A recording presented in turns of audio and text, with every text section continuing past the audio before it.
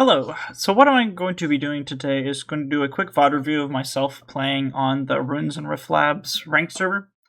I've been doing that a little bit on and off recently, just seeing how it's worked, and it's been a pretty fun time for me recently, so I might try to even stream it at some point. But today I have a game that I did versus a Victor. I assume they're playing a heavy control Victor, and I was playing Irelia, so I had a little bit of nerves for it. So I started recording it just to see how we can do in post. So let's just jump right into it. The first decision we have to make is our battlefields. And the thing that I am afraid of most with the battlefields is Ravenbloom Conservatory. Giving Ravenbloom Conservatory to my Victor opponent is very scary. So I want to try to avoid using that as much as possible. I think my goal in the middle of the game was to make it the game 3 field. And I'm not sure if that's supposed to be correct or not. I don't think it matters first or second or like when the battlefields are placed in this matchup. I think most importantly, I just don't want to have to end up playing on Ravenbloom Conservatory. So for here, I think I end up just doing Dreaming Tree first. And I think that's probably the best way to think about it. I don't think when you throw out the fields matters too much in this matchup. Obelisk going first is still nice regardless, so we're going to keep that for our going first field if we lose, but it's fine if we also go second. I don't think it actually matters that much at the end of the day when we're throwing out the obelisk. So I think maybe that's a better way to think about the battlefields. I end up just throwing out Dreaming Tree here, but that's fine. I believe our Victor opponent ends up putting out Vile Maw to start with, which can be very tricky for Irelia to deal with. In particular, I have made my deck to function better into things like Vile Maw and Minotaur, where I'm running, like, more copies of Boots and more copies of Ride the Wind to start with. So the Vile Maw is not super threatening for me in particular. I just have to make sure that I can actually find the Boots so that we can get Irelia to be ganking across. Even if we have to play off of it for most of the game, that can be fine too, just as long as we can eventually get to our answer for it. If we have to just use Ride the Winds to gank over every now and again, that's fine too. But generally what we're looking for in the Mulligan is our, counter spells, our ways to not die. Okay, so what we have in our open hand is Stack Deck, Not So Fast, Zonias, and On Guard. What we're looking for are ways to avoid being killed. So Zonias is a great thing to see, Not So Fast is also a great thing to see. We don't care at all about On Guard. Even though we have Dreaming Tree on the board, I don't think On Guard is going to be very helpful. It just reads another draw, so we might as well just mulligan and get rid of it. I believe we're going second in this, yep, because I rolled a 12. Well, I rolled a 12 and they rolled a 3, so we're going first. So we're still going to keep the stack deck regardless, just to be able to find the correct cards that we want. I think mulliganing the On Guard here is the only card that makes sense. Otherwise, this hand looks fairly good into Victor. So let's continue on and see as the game progresses. Okay. Play Zonias, yep, turn 1, great. Nothing more we can do. We did end up drawing into the Boots. We mulliganed the On Guard and found a Discipline. And now we have the Boots in our hand. So we're pretty happy about the Boots. This will allow us to have a clean way to avoid Vile Maw, unless they also start with a Salvage. So this is a card that I run in Irelia that a lot of people I've seen don't really tend to be running it, and that is Spirit Wheel. It is a hit that I am fairly happy to see off of the stack deck here. Of course, we would prefer to have an answer, but barring having an actual answer, this is the best thing we can do. The Rebuke's not doing anything in this matchup. The Defiant Dance is also not doing anything in this matchup. So we're going to take the Spirit Wheel just so we can start cycling cards and keep drawing. This is a good hit to find, and I'm glad we have it.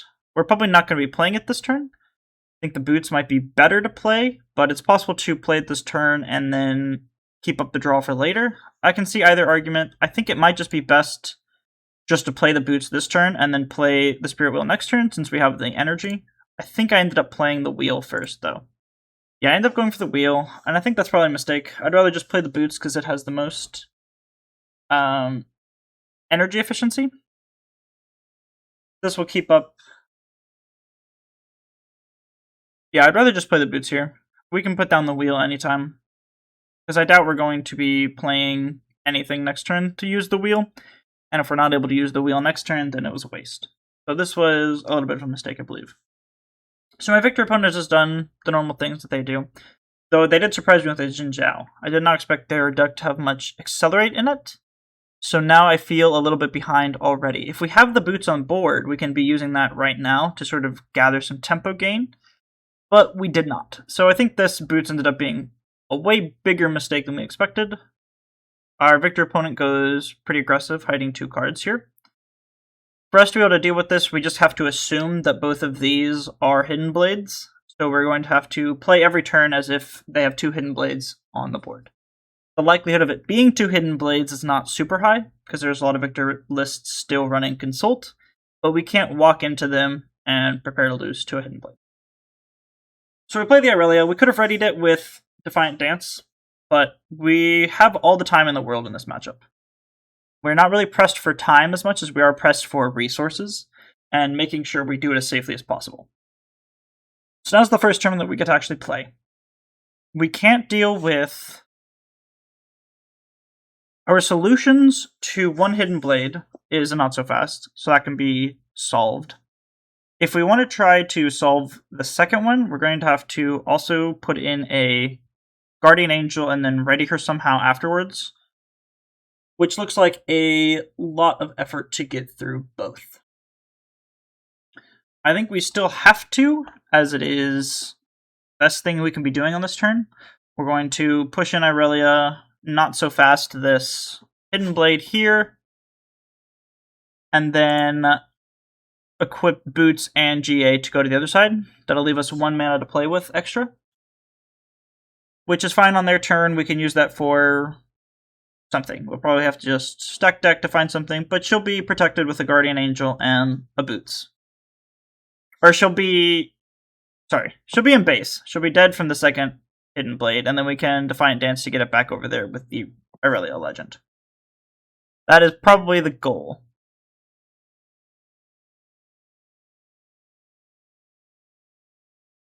Okay, we can stack deck. Means we're probably going to play it a little bit slower. Which is also not bad, because again, time means nothing. We're taking... A second Spirit Wheel here is a bit greedy. We don't need all of that card draw necessarily. It's better just to have this effect that we can use, because Charm is going to be useful in the future to help solve some Imperial Decree turns. Where the less units that they have means the less things they can kill, and the less chance for them to be able to double conquer. So I think now we're just going to solve this 1 Hidden Blade with the Not So Fast, and then we will just wait for the other one to a later turn. Hopefully we can find another Defy or something and just give it a bit more time. I think this is better than trying to attack both of them, like I was talking about, that we could do earlier, because this way we are, spreading out our Spirit Wheel draws, and we are just getting more time to find more answers. We can even do a Discipline here onto the Dreaming Tree just to get another draw, depending on what their turn does. So this is looking solid right now. We're in control. We are a little bit scared on their point totals, but we just have to make sure that they can never win. They're really low on runes, so we should be in a fairly strong spot here. As long as we can find a way to solve this next Hidden Blade, which right now is looking not that hard to do. We'll just put the Boots onto Irelia, gank over, and then they'll kill it with the Hidden Blade, we'll bring her back, and then ready her to go back in. That's currently the plan right now for how to solve everything here. Our opponent's pushing in their unit just to draw, so it looks like their hand's pretty poor. We can reasonably suspect that our Irelia will survive, so we're going to just take the double draw here. I think this is exactly what we want to be doing. And I think it's a very good sign if our opponent has to blood money to get a draw. I'm feeling pretty confident in this one right now. We should be pretty fine to secure this game. So now hopefully I do exactly as I say we should do, which is just attach the Boots, gank over, and then ready her back up afterwards to go. We get the Spirit Wheel draw off of the Boots, and we're good. I'm doing a pretty poor job of keeping her might updated throughout the whole game, because really her might doesn't matter in this matchup at all. We're just fighting 1-drops. So it turns out it was not even a Hidden Blade, so I had nothing to really worry about. So the Wages goes off, he kills his own guy, and now we're super fine. We're going to equip another GA. He is 2 points. He's 2 turns off from winning, and he has no developed units right now. So generally, we will be fine to just take out this game at the end of it. We're going to use Charm to make sure that he can't double cap later. And this is where we first drop the Vanguard Armory. I was not expecting my opponent to be running the Jace Vanguard Armory thing. I sort of expected this to just be a full kill victor list. But the Vanguard Armory in this matchup isn't really affecting much. All they want to see is kill spells to get rid of my Irelia, and their might on the board isn't really mattering much. That being said, we're still going to take out the Jace, I believe, here with the Charm, just to, cull some of the board at least a little bit. Because now our plan to use this Charm to, keep them off of winning the game with their units is just gone. They just have too many units, so there's nothing we can really achieve with that. So we're just going to use the Charm on the biggest thing that we can get it, and that's fine. We're not really concerned about Blue Victor in the long run, because this game is over in 2 turns. He's not going to be able to gain enough value from it for it to really threaten us. Right now our hand is pretty poor against Victor, but we do have Discipline, which is going to draw us 3 cards if we use it on the Dreaming Tree with the Spirit Wheel, which is fine. But we have nothing in our hand that's super helpful with what we're doing with Victor right now. All of our value right now is in having 2 GAs onto our Irelia and having the extra unit in base, which should be all we really need.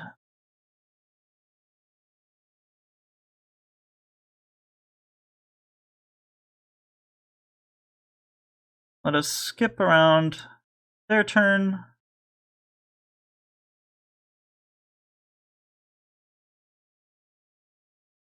Now when we see him play this final token, this is when we should be playing our Discipline.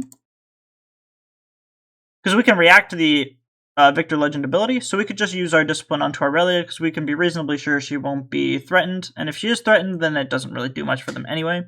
So we should have just used the Discipline there to get our points. And here, we have interesting decisions to do. Let me put it back just a little bit. Come on. That's so touchy.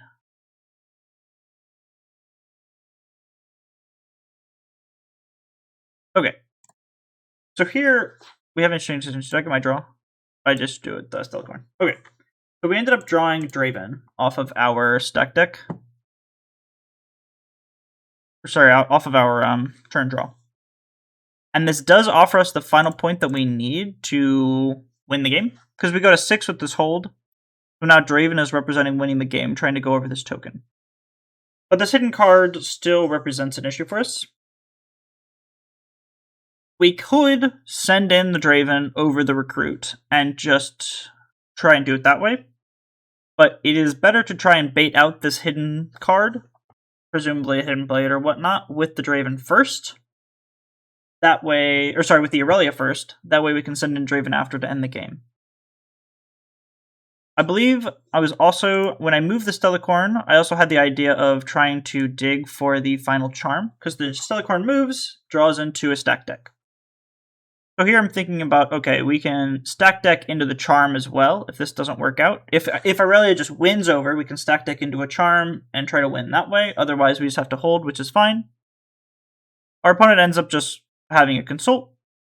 So then we are still fine with this, right? Like, we win the point, and then we try to find the Charm with Draven. But that is not how it goes. They're able to Hidden Blade off of that, or Facebreaker, sorry, same difference. So then now Irelia gets to go back, and we get to proceed with our actual win condition, which is playing the Draven and then readying it up and taking the final, because there's nothing they can do with 1 mana to beat us. And overall, I think this is still correct to go in with the Irelia first, even if going in with the Draven is could win the game on the spot. The assumption is that they have interaction. So you play around interaction by just making sure your thing that wins is next. And making sure that even if that goes the way that they don't have interaction, that you're still in a strong spot to win the game. Imperial Decree there would probably have won the game for them. If they don't have interaction and then they play Imperial Decree on their turn, that would probably have lost us the game, which is why I was so worried about making sure I had a Charm in the stack deck for Draven. The likelihood of there being a Charm was pretty low, but playing for that is what matters, really. So now sideboarding is something I'm still not very confident on with Irelia yet. My sideboard feels very lackluster and just kind of tossed together, like these 2 windmills. I'm not sure how needed those are, especially when we're already running 3 not so fasts. So this list is very unoptimized, very inelegant, but I just want to get my thoughts out and do a little VOD review of it as it is now, just to, see what I can do with it. The sideboard, we haven't seen any Imperials. We can assume that they're running it, but I hadn't seen them yet, so I was a little concerned that they weren't running them at all, so I don't remember if I brought in the windmills. I should be bringing extra copies of Zonia's 100% here, and I should bring in, I think, some Charms and Rides, and just get rid of all of my on guards, because those are just dead in this matchup, and probably a Thwonk is what I should be doing. I don't think I did any of that. I think I ended up taking out like rebukes and things like that. Yeah, we ended up putting in the zones and taking them out. I think everything I'm doing here with the sideboard is really not good. We want to get rid of all these on guards. These are the most dead cards in our hand for this, and I don't know why I was so adamant about keeping them here. So now we go into battlefields. This is our going second game. Usually I'm keeping Obelisk for when I go first. And I think it's correct actually to just play the Obelisk here. That way we don't have to play into Victor on the Ravenbloom Conservatory. Because him having that is very scary for us. Him getting more chances to find kill spells to get through us is really problematic, and he'll always take it before we have the chance. So I think it is actually correct to just play the Obelisk here and let them have the extra runes on their first turn. Not ideal, but better than them getting Ravenbloom. I think we end up just playing Ravenbloom anyway. And if we're going to just play Ravenbloom on this turn, then that means that we should have just started with it. That way we had the chance to go first on it anyway.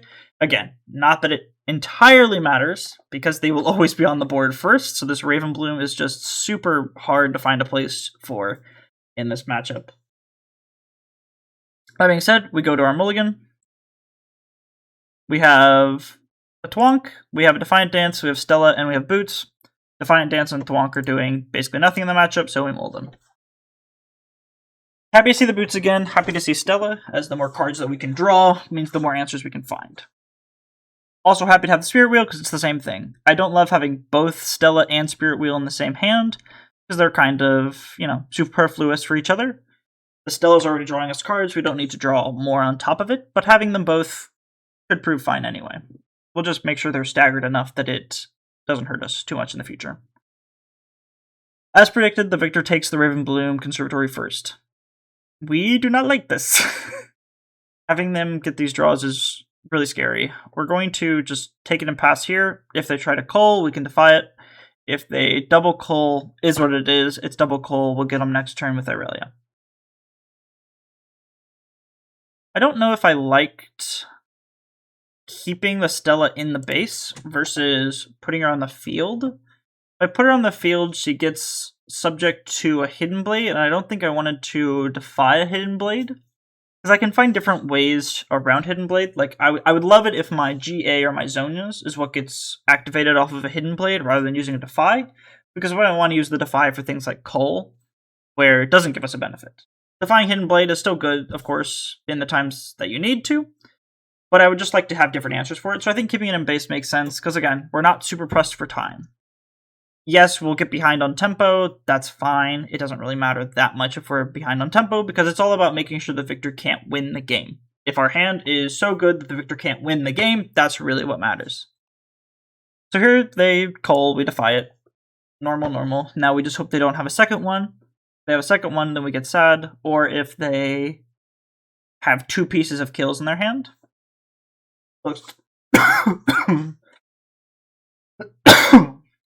Sorry. Looks like we see the second cull. This is probably worst case scenario. We're going to have to take some risks now in this game to stay into it. Luckily, we do have 2 Irelias in our hand. So we do have, backup. We can think of the extra Irelia as another GA. So we're going to do the same thing here, because we want to just be able to untap with a turn, get some value out of the Spirit Wheel. Because now the Spirit Wheel is going to be what keeps us in the game, card resources wise. We want to be able to play this, equip the Boots, draw a card, and then just keep drawing cards from it every turn. Ideally, we're going to use it just to sweep both battlefields next turn and end up on Ravenbloom Conservatory so that they have to push into us, hopefully, and we can draw more cards. If we see another Hidden Blade here, we just have to take it, and we have to equip the boots onto the new Irelia in our hand so that we can just get some board presence out here, because right now we are drowning. That's why we don't play the Spirit Wheel to start, because we know we'll have to equip the boots to Irelia anyway with the Spirit Wheel, so we want to wait for that to happen. And again, of course, they have interaction. So here we don't really have the luxury of playing the Spirit Wheel, because if we tap out, we're pretty much dead. So we're going to have to play the second Irelia to contest some of this board, I think, just so that we keep some semblance of activity going on in this game. Oh, it looks like I am thinking about playing the Spirit Wheel here and just tapping out. There's also a real opportunity here to just play the Irelia and pass, and just deal with everything the next turn. It would be a lot to deal with. We would be very worried about, if this Victor is for some reason running Stratagem, which I don't see Victors running very often, so I wasn't really preparing for that. So it would be countered by Imperial Decree as well in the next turn. But we're countered by that anyway, even if we try to push in. So if we're losing to Imperial Decree, and we're losing all this other stuff, we might as well just wait a turn. We can probably just play the wheel here, play Irelia, play wheel, and then attach boots and just draw, and not actually ready and go in. I think we are going to end up going in here. Yep. And we are going to draw the card. I think it is better just to draw the card here, and just leave both exhausted in base and not push out. But we get the point. We get some meager semblance of board presence. If the opponent has any Imperial Decree in hand, they can just pull back, make as many guys as possible, and then Imperial Decree next turn, and it gets really tough for me. Does that mean I should have brought in a Wind Wall too? Potentially. Potentially the Wind Wall is what can keep this matchup from just evolving into, oops, my Victor opponent played Imperial Decree. But hopefully, like you'll see later in this game, we have ways to deal with Imperial Decree that are not just Wind Walling it. Let's skip through the opponent's turn. They're just going to play a few tokens. We're worried about any interaction they have, and they decide just to pass with everything up. This would be scary, but we don't really have the luxury of it being scary, so we have to just go in. So we gank over to give them a Ravenbloom draw. There is a real reason to push with both Irelias here. In fact, I probably should, just so that we are denying them a Ravenbloom draw. But I think I wanted to have the possibility to have both Irelias on each battlefield just to prevent them from getting anything more. I don't know how much that really matters in retrospect. It stops them from getting one extra draw in like 2 turns, but it makes this much more risky that they get another draw now. So I think it's probably better just to push the both in and have both existing on one battlefield. And that's probably good enough. We don't have any good answers right now if they decide to kill something. So if they have a Hidden Blade in hand, we're going to feel pretty bad. Because we have no way to save this Irelia despite the cards in our hand. We see a Jace, he doesn't get a draw. That's good. We're excited about them not being able to get a draw. It's very rare to happen. We would assume with this matchup they do have interaction, and it looks like it's going to be a Blood Money onto their own token. So it looks like, yet again, our opponent is, bricking, it seems. They don't have the interaction they need to actually deal with the Irelia. So we are pretty happy to see that. We're going to do what I said earlier, where we just put an Irelia on the battlefield, just so that we're creating roadblocks for the opponent, and we're going to just develop a Stellacorn and pass. We're going to get a draw. Oh, I actually like this better. I wasn't even thinking about this just now. Look, good job, past me. Fist bump. Yeah, we play the On Guard onto our Irelia just so we can get onto our Stella, so that we can ready her and just get 2 draws, one with Spirit Wheel and one with moving her, because our hand is awful. Our hand has no way to do anything. If they have an Imperial Decree, we're just dead on board. So this way is getting us 2 draws, where we would only get 1 if we just hold on to the On Guard and use it for next turn. So this is a lot better. So now we've actually drawn pretty perfectly to find our Imperial Decree answer. So let's see these two cards, and we can talk about the answer. So seeing these cards in hand, I know that I'm actually fairly safe against Imperial Decree. He only has 5 units. I have 3, and I have a Foff and a Zonias. And the Ride the Wind is also representing, keeping my guy back in again. So I can hide the Zonias and make sure that that unit can be reused again with the Ride the Wind. So right now, if I hide both the Zonias and the Foff, I am safe. I don't even really need to hide the Foff either, but I will just to avoid a reaction Hidden Blade. We still lose to a lot of combinations of cards, but we're pretty fine against just an Imperial Decree. Imperial Decree plus Hidden Blade would be tough, but he's had opportunities to play Hidden Blade and has not played them.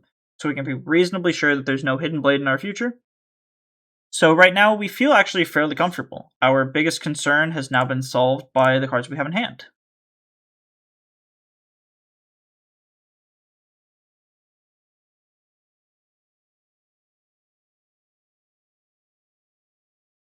I don't remember if this was the turn when the Imperial Decree actually happened.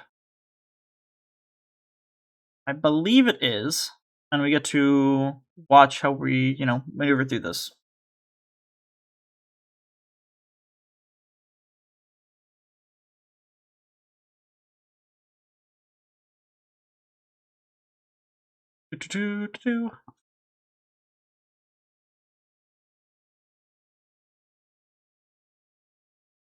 Yeah, opponent plays the Imperial Decree, which has been our fear card for pretty much the entire game. But on this exact turn, we're pretty fine with it. We get a Raven Bloom trigger, which is good. We'll find a card, take it to hand. Now, we do have the opportunity to reveal our Zonias here, try and save something on this battlefield, or we can just hold it for the other Irelia. Both are fine. I think it's probably better just to reveal it now anyway. Ideally, I keep the Stellacorn alive, but there's no way for me to ever keep the Stellacorn alive. If we let the green Irelia with the boots on it die, at least that gives us another choice trigger for the boots. If we had a way to know that we could save the Stellacorn here, we'd probably flip the Zonias, but otherwise it kind of doesn't matter which unit is getting saved, the Irelia with the boots or the Irelia without the boots. Because we also just have these guards on hand that aren't going to do anything anyway. So we'll always have a way to trigger our Irelia legend next turn, but the boots might just be more consistent to do it if they're off. I think this choice to not reveal the Zonias is good. I'd feel a lot more confident if we had a Define hand, but here we reveal the Zonias. So now Irelia trades with this token.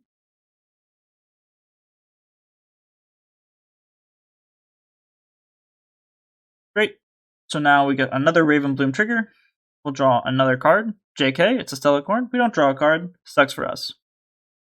Now we fluff back the token. We force them to be in a position where they have to have another card or they lose the game. Or they can't win the game. If they were to play a Jin Zhao here, we could always ride the wind our Irelia in just to trade and stop the game from winning, which would still put us in a pretty poor position, but at least we wouldn't be immediately losing. So now he taps 3. I get scared that it'll be a Jin Zhao. If it's a Jin Zhao, then the game gets very difficult. Oh, we actually made a mistake here. I'm watching. So this Wages should have killed the Stellacorn because we still had Imperial Decree on the board. But I guess we both, for some reason, missed this. So this Stella should actually be dead. I remember this happening, and this Stellacorn should be dead. So this was just a gameplay mistake from both of us, which probably ended up being something that let me win the game too. So this is a pretty grievous mistake for both of us to miss. But in this game state, the Stella trades with the token. So we have no reason to ride the wind our Irelia in. If this would have resolved all properly, then Stella would have already died, and we would have to ride the wind our Irelia in to Raven Bloom again, so that we trade with the token and don't instantly lose the game. We'd probably wait for the second Conquer, just because that makes the most sense logistically to do it that way. Yeah, we should be in a much worse position here than what we currently are.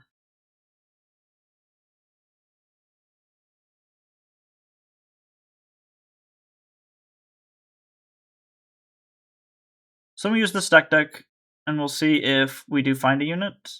If the game was progressing as it should be, where all of my units were dead, I would have to take this other stack deck to try and find another unit. We know that there's a Stella on the bottom, so our chances of actually finding a unit throughout this turn is pretty low, but not impossible. I think if any unit that we find means that we'll be pretty safe with the game, because then we can just ready it with the boots and bring in whatever unit that is to contest the victor. I think right now the only units in our deck are a single Stellacorn and a single Draven Audacious. So the chances of that are actually pretty low if this game is progressing as it should be.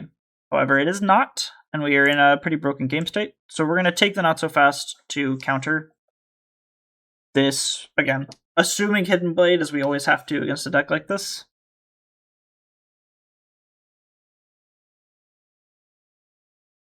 And this should be a fairly nice cleanup. We have a lot of counter spells, so anything that is used to threaten our Irelia will be negated.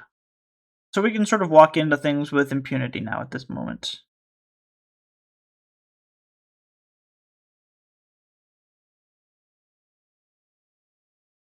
Walk in. Hope. See if it's Hidden Blade or not. Could just be the other Consult. It's a Wages, so now we just, buff our Irelia and take the win. Or take this combat win.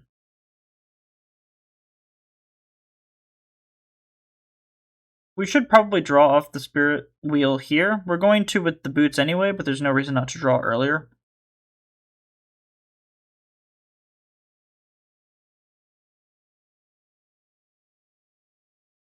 So we do end up drawing, but we should have just done that to begin with. So I'm trying to track what cards I'm getting as well, so that I can know if from the other stack deck what we would be getting. So far I haven't seen a unit, but we'll be able to see at least 1 to 2 more cards. So the next 2 cards that we see will be cards that we would have gotten from that second stack deck if the game was progressing as it normally should. So if we don't find a unit in those next 2, then we know that we definitely should have lost this game.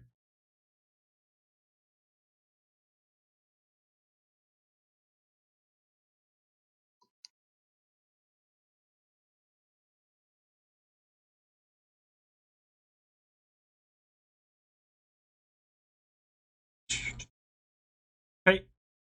They try to drag. We will counter that with Not So Fast. And then now if they try to kill her again, we'll just let it happen, and then Ride the Wind is our answer. So they Hidden Blade the Irelia. Now we're totally fine with this, because if they push in with the token, now we'll just win the game. So as we're looking at our hand now, we find that the next 2 cards would not have been units, so we should have almost 100% lost this game if it would have progressed as normal. So this game should have gone to the opponent regardless. Okay, so we Ride the Wind in to do this defense, which basically guarantees the game now. They don't have a way to interact with the Irelia now. I will take this Conqueror, so I'll go to 6, and the next turn I'll hold for 7 and gank over for 8. So that's the end of this set. The Victor matchup can be pretty tough for Irelia, and I definitely should have lost this specific game. But I think it is a lot more playable than what people think. We have a lot of ways to negate the kill stuff, and so long as their hand is not egregious, we have a lot of play lines in order to get through it. So, I hope you enjoyed this quad review for Irelia. I will see you next time.